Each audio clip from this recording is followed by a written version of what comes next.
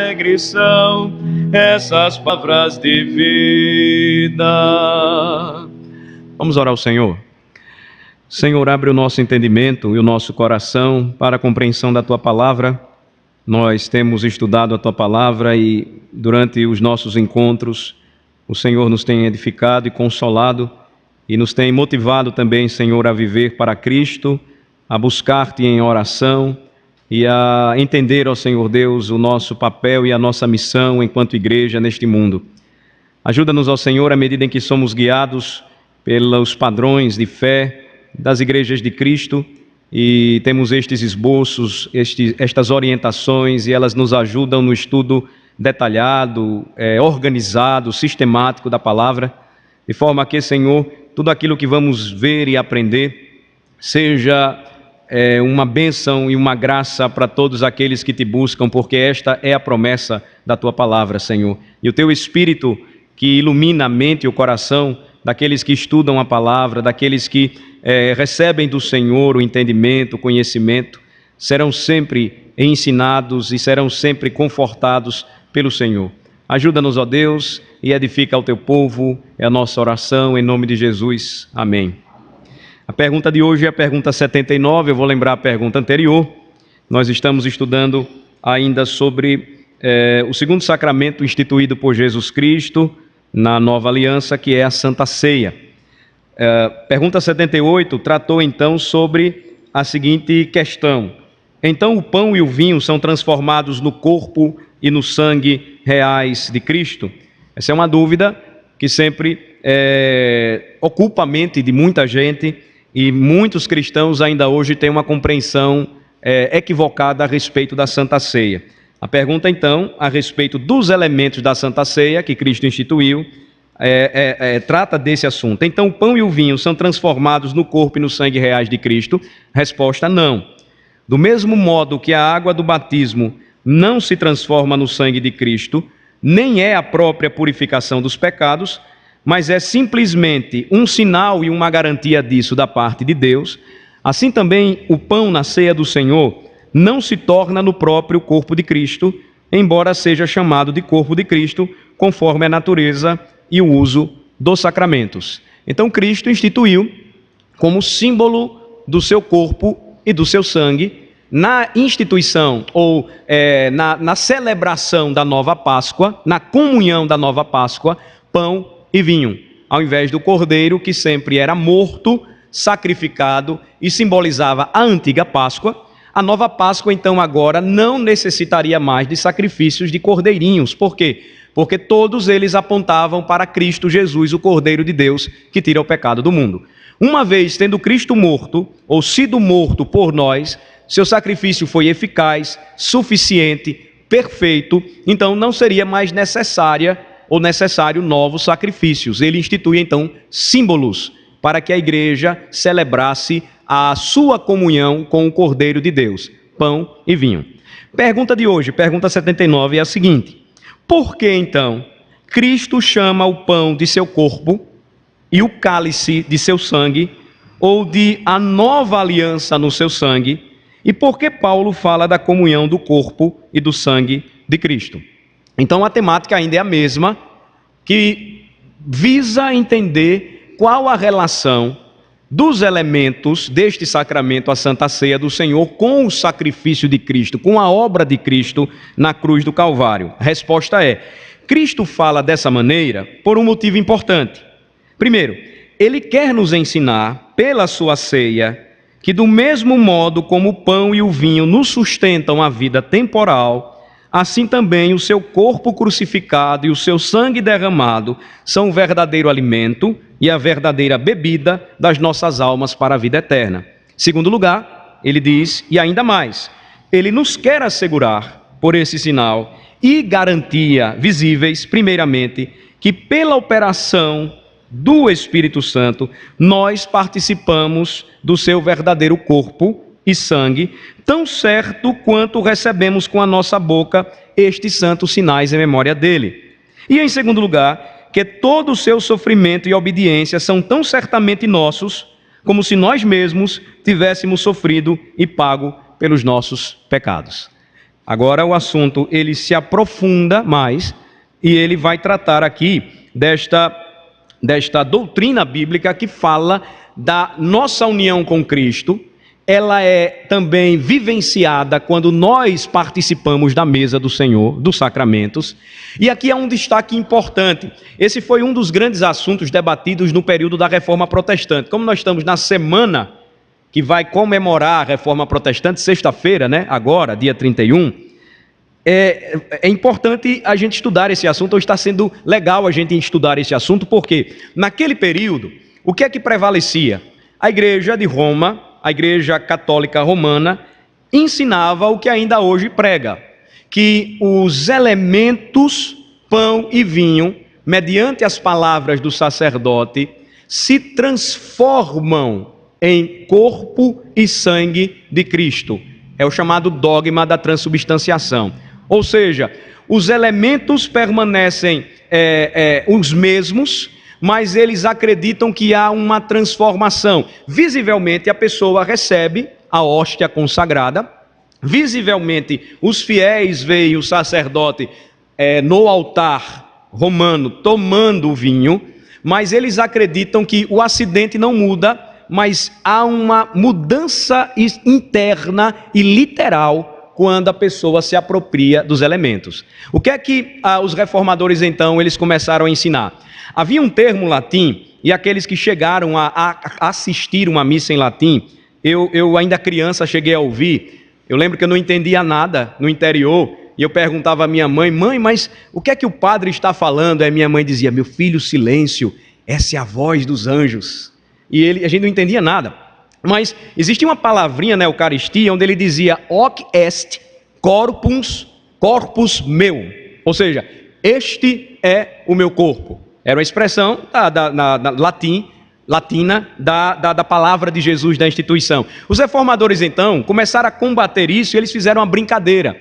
Ao invés de hoc est corpus meu, eles diziam ocus pocus. Ou seja, essa palavra importuna, ela não se cabe, literalmente não há isso que eles ensinavam, ou que os padres ensinavam, o Papa ensinava, enfim. Aí surge o seguinte, Lutero, grande reformador alemão, ele começa a ensinar, ele diz, olha, o pão continua sendo pão, o vinho continua sendo vinho, mas não há a transubstanciação, como ainda hoje a Igreja Romana ensina, mas acontece uma consubstanciação. O que é que ele dizia?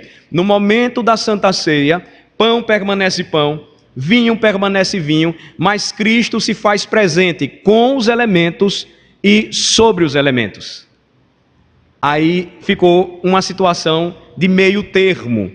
E os reformadores, então, não foram unânimes neste tema. Há um reformador suíço, antes de João Calvino, chamado Zwinglio, que foi o principal proponente dessa doutrina ou dessa defesa a respeito do ensino da Santa Ceia, que disse que não, nem transubstanciação, nem consubstanciação, a Santa Ceia é uma festa de celebração, é apenas um memorial. Inclusive, nas igrejas suíças, onde Zwinglio ele teve grande influência como pastor e pregador, a Santa Ceia às vezes era celebrada anualmente, uma vez no ano, porque eles acreditavam que era apenas um memorial. Aí vem João Calvino, mais à frente, posteriormente, e é com base nesta doutrina que ele ensina, baseada na Bíblia, que nós temos o ensino do Catecismo de Heidelberg e temos o ensino dos catecismos das igrejas presbiterianas. A Santa Ceia, biblicamente falando, Calvino começou então a ensinar aquilo que os pais entenderam dos apóstolos e que hoje é o que nós ensinamos. É uma festa de celebração, sim, mas também é uma festa de comunhão. Não somente celebramos em memória de Cristo o seu sacrifício, mas nós temos comunhão com o seu corpo e com o seu sangue. É basicamente essa resposta aqui que nós encontramos na pergunta 79. Vejam só as referências bíblicas que são utilizadas para a gente começar a perceber. Algumas passagens a gente já viu, outras a gente vai observar hoje, elas estão em contextos dos estudos que nós estamos fazendo. Vamos para o Evangelho de João, primeiramente. Abram comigo no Evangelho de João, quarto livro do Novo Testamento, é o quarto Evangelho, capítulo de número 6. Evangelho de João,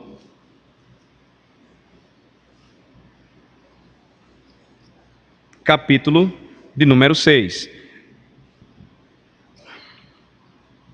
Então, quando Cristo fala dessa maneira, Ele quer nos ensinar pela sua ceia que do mesmo modo como o pão e o vinho nos sustentam a vida temporal, assim também o seu corpo crucificado e o seu sangue derramado são o verdadeiro alimento e a verdadeira bebida das nossas almas para a vida eterna. Esse é o sentido quando Jesus Cristo falou a respeito de si mesmo, do sacrifício que ele estava prestes a oferecer ao Pai em favor de seu povo. Vejam só, João 6, versículo 51. Versículo 50, vamos ler o 50 e prestem atenção no versículo 51. Vamos ler? Este é o pão que desce do céu, para que todo o que dele comer não pereça. Eu sou o pão vivo que desceu do céu. Se alguém dele comer, viverá eternamente. E o pão que eu darei pela vida do mundo é a minha carne. Então, Jesus já estava preparando a igreja para entender que por meio do seu sacrifício, a igreja viveria para todo sempre. O mundo, o universo criado, ainda hoje é sustentado pela palavra de Cristo. Cristo é a palavra viva de Deus. O mundo foi feito por intermédio dele, diz o mesmo apóstolo João. Sem ele, nada do que foi feito se fez. Depois da queda, quando os nossos primeiros pais quebram a aliança com Deus, e então eles sofrem a maldição, Deus havia dito claramente que eles sofreriam, eles se quebrassem a aliança, ao invés de bênção eles seriam amaldiçoados, ao invés de abençoados eles seriam amaldiçoados. Deus então provê o alimento que ia trazer vida e saúde espiritual para o seu povo, o próprio Filho, o seu próprio Filho Jesus Cristo. Então, quando Jesus usa essa linguagem, é claramente figurada. Ele está usando uma linguagem figurada para dizer que aquele que cresce nele, recebesse o seu sacrifício, teria sua alma satisfeita, assim como o pão alimenta o nosso corpo. É o símbolo mais que universal de alimento entre os homens, é o pão. Em todos os lugares, praticamente, a gente encontra pão.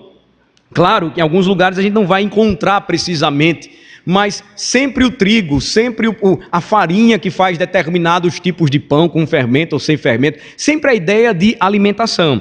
Aí vejam no versículo 55, Jesus faz essa relação do pão. O tema aqui, a gente precisa lembrar que ele está tratando, ele é motivado pela multiplicação de pães e peixes, quando ele alimenta a multidão.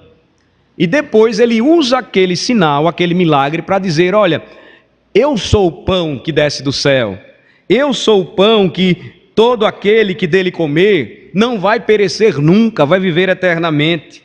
Esse pão que vocês comem aqui, este pão não salva, mas quem come, se alimenta da minha carne, come do pão que Deus mandou dos céus para salvar a seu povo. Vejam aí o versículo 55. O 54 anterior a gente leu na quarta passada.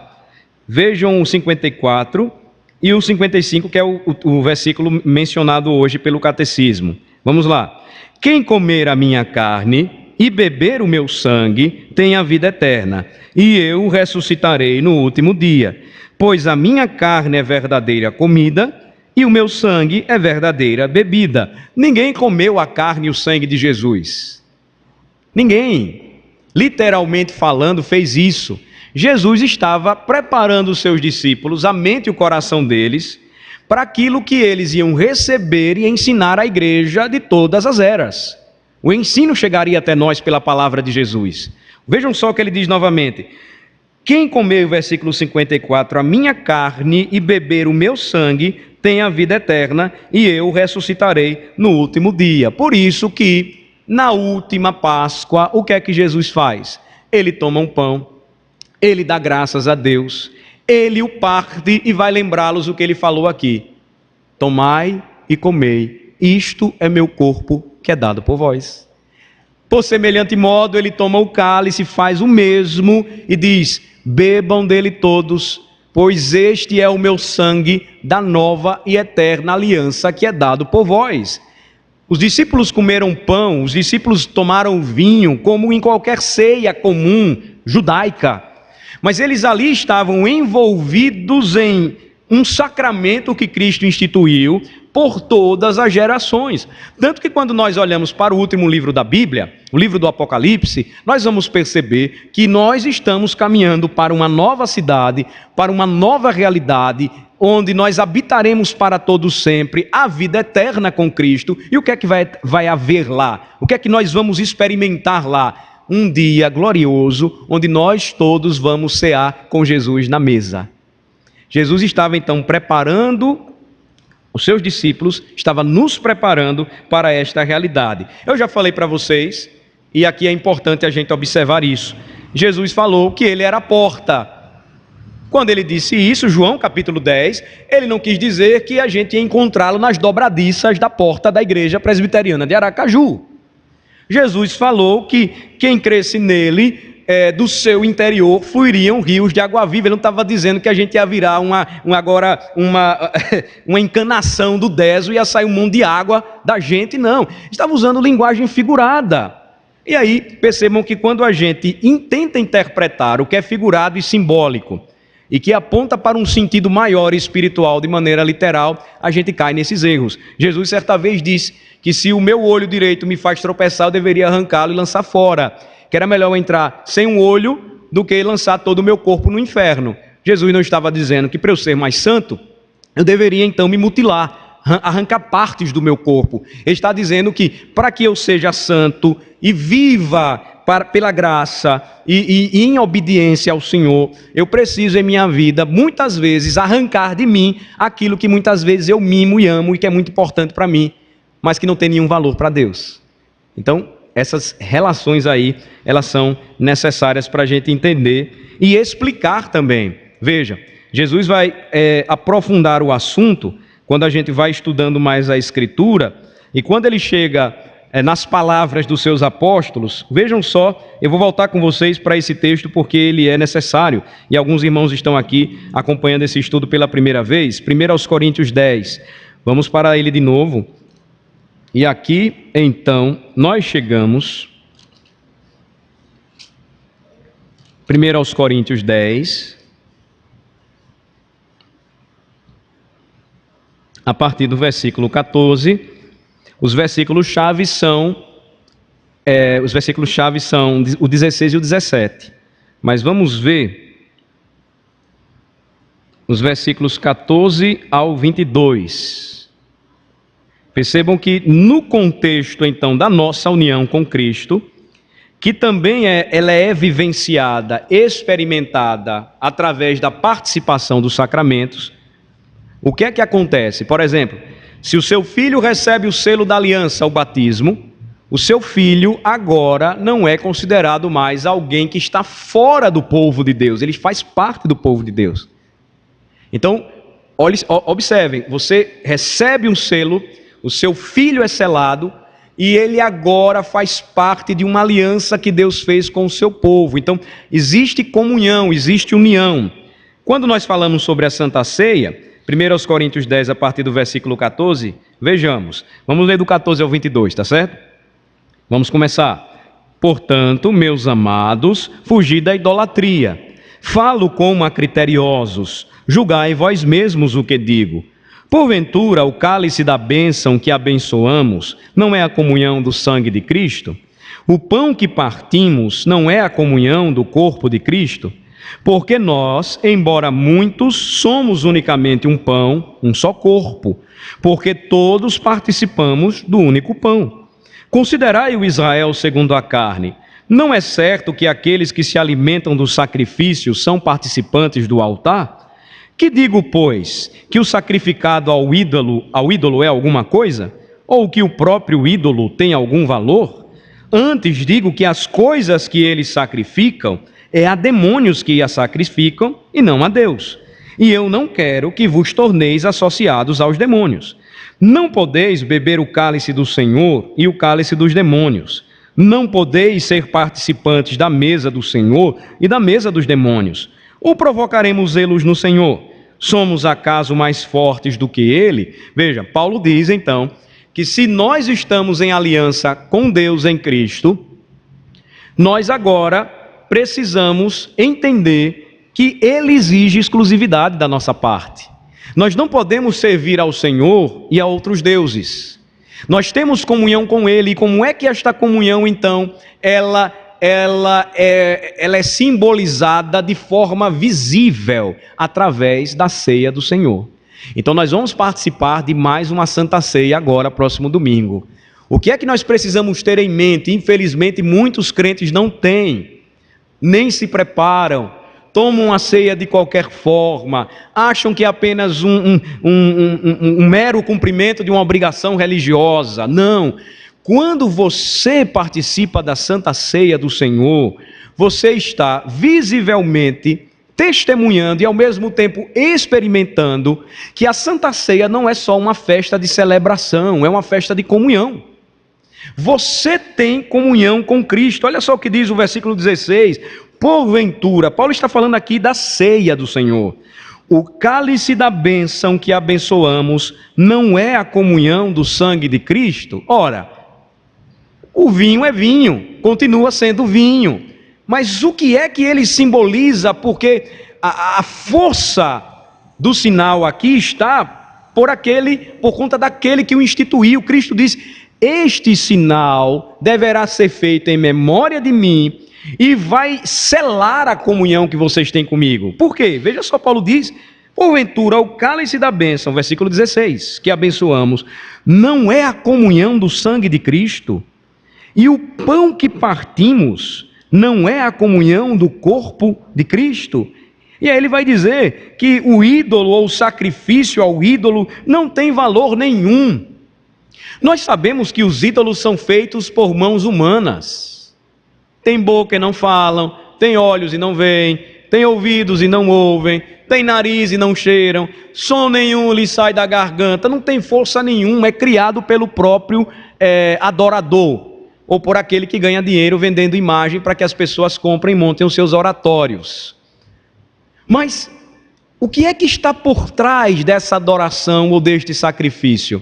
É o desvio do Senhor, ou o desvio daqueles que se afastam do Senhor, tentam adorar os seus deuses ou a Deus segundo o desejo do seu coração, em desobediência à sua lei. E quem é que faz tudo isso para desviar o homem do caminho da fé ou do caminho de Cristo? Os demônios. Então, quando você faz isso, você vai estar adorando demônios. O Senhor, então, ele vai ensinar por boca do apóstolo Paulo que a comunhão que nós temos com o Senhor e que é demonstrada através da mesa, nos faz lembrar e também fortalece a nossa união, a nossa comunhão com Cristo. Na palavra grega é a nossa koinonia, ou seja, a nossa íntima comunhão com Ele. Eu não posso, então, servir, como disse o Senhor Jesus Cristo, a Deus e as riquezas. Se eu preciso colocar prioridades para a minha vida, não podem ser as riquezas, elas podem se tornar ídolos, ou qualquer outra coisa que até mesmo possa ser lícita, não pode tomar o lugar que pertence a Cristo. Tudo deve estar debaixo dos pés de Cristo. Inclusive nós devemos entender que quando fazemos isso, Ele cresce e a gente diminui. Outra passagem bíblica importante, ainda em 1 aos Coríntios, é o capítulo 11, aí pertinho, onde Paulo vai chegar e vai tratar a respeito da ceia do Senhor, passagem que nós já conhecemos. E aí, a nossa comunhão envolve a relação íntima que nós temos com o Senhor. Ele é o nosso Deus, ele se refere assim: eu sou o Senhor teu Deus, tu és o meu filho, vós sois o meu povo. E esta comunhão, ela implica também em nosso próprio testemunho de fé, versículo 26. Porque todas as vezes que comerdes este pão e beberdes o cálice, anunciais a morte do Senhor até que Ele venha. Essa festa de comunhão, então, celebra a morte de Cristo, mas a morte de Cristo em um tempo específico da história da nossa salvação, para salvar o seu povo dos seus próprios pecados, mas é uma festa também de comunhão que celebra a vitória de Cristo através da morte, destruindo o poder da morte que nos condenava. Por quê? Porque ele vence a morte, ele ressuscita, e quando todas as vezes a igreja de Jesus celebra a ceia, o que é que ela faz? Anuncia a morte do Senhor até que ele venha. Nós estamos adorando e servindo a um Deus vivo.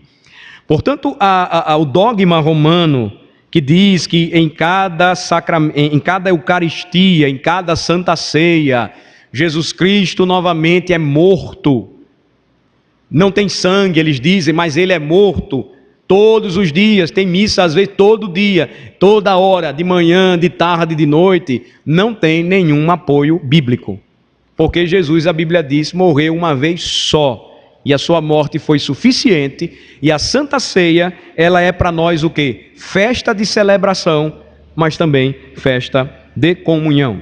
Finalmente, Romanos 6 é o último texto que o catecismo também utiliza e reforça algo também, irmãos, muito sério. Nós vimos que com a Santa Ceia e a participação que temos, o entendimento que temos do porquê o pão, porque o vinho, Jesus nos assegura por esse sinal e garantias visíveis, ou seja, é uma pregação visível do Evangelho, a Santa Ceia. Primeiramente, que pela operação do Espírito Santo nós participamos do seu verdadeiro corpo e sangue, tão certo como recebemos com a nossa boca esses santos sinais em memória dele, mas também ele conclui dizendo o seguinte, que todo o seu sofrimento e obediência são tão certamente nossos, como se nós mesmos tivéssemos sofrido e pago pelos nossos pecados. Romanos 6, vejam comigo, do versículo 5 ao versículo 11. Eu peço que os irmãos acompanhem atentamente a leitura, porque se fomos unidos com ele na semelhança da sua morte, certamente o seremos também na semelhança da sua ressurreição, sabendo isto, que foi crucificado com ele o nosso velho homem, para que o corpo do pecado seja destruído, e não sirvamos o pecado como escravos, porquanto quem morreu está justificado do pecado. Ora, se já morremos com Cristo, cremos que também com ele viveremos, sabedores de que, havendo Cristo ressuscitado dentre os mortos, já não morre, a morte já não tem domínio sobre ele. Pois quanto a ter morrido de uma vez para sempre, morreu para o pecado, mas quanto a viver, vive para Deus. Assim também vós, considerai-vos mortos para o pecado, mas vivos para Deus em Cristo Jesus. E aí, como é que Paulo conclui essa passagem aqui, versículos 12 a 14, vamos ler juntos.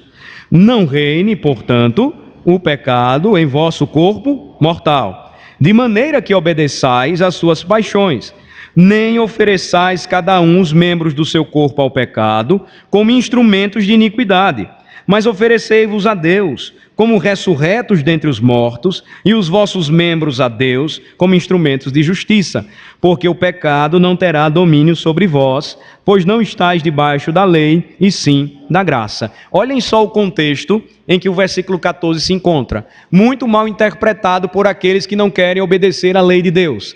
Não, pastor, porque nós não estamos debaixo da lei, sim da graça. E existe graça sem obediência? O que o apóstolo está dizendo aqui é que em Cristo nós morremos para o pecado, porque Cristo, através da sua morte e obediência até o fim, nos libertou da maldição do pecado, nos libertou da maldição da lei. A lei é santa, justa e boa, diz o apóstolo Paulo, mas o pecado que habita em nós atrai para nós, acarreta para nós maldição, porque nós não temos qualificação, não temos habilidade, não temos poder natural para obedecer a palavra do Senhor. Mas o que é que Cristo vem então e faz por nós? Nos declara justos pelo poder do seu sangue. Ele nos justifica Por isso que a Escritura diz, justificados, pois, mediante a fé, Paulo diz num capítulo anterior, temos paz com Deus por meio do nosso Senhor Jesus Cristo. Ele é a nossa justiça e através da sua morte e ressurreição, o que é que ele fez conosco quando nos deu vida? E nós o recebemos pela fé. Nós morremos com ele e ressuscitamos com ele.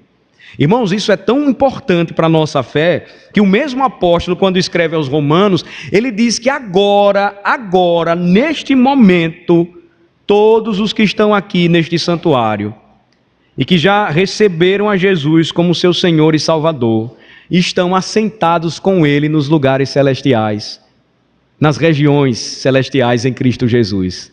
Como é que isso pode acontecer? A gente está aqui. A nossa comunhão com Cristo nos possibilita isso. Eu estou tão ligado a Ele, que estando Ele no céu, eu estou com Ele. Estando Ele presente aqui nesse momento de devoção, nós estamos com Ele. Então a ceia é uma festa de celebração, mas não é somente uma festa de celebração, é uma festa de comunhão. Porque todas as vezes que comemos o pão e bebemos o cálice, nós anunciamos a sua morte até que ele venha. Nós estamos unidos a ele. Ele se faz presente espiritualmente. Ele alimenta a nossa fé. Ele habita em nós pelo seu santo e poderoso Espírito. Portanto, nós fechamos a pergunta de hoje, mostrando mais uma vez ou reforçando esse ensinamento tão mal compreendido ainda hoje. A grande maioria dos evangélicos brasileiros, se você conversa sobre a Santa Ceia ou pergunta algo, a resposta que eles vão dizer é que a ceia é um memorial. Jesus mandou fazer isso em memória dele. Não há nada que aponte, e eu posso dizer isso com um certo grau de certeza, você pode ver, converse para saber.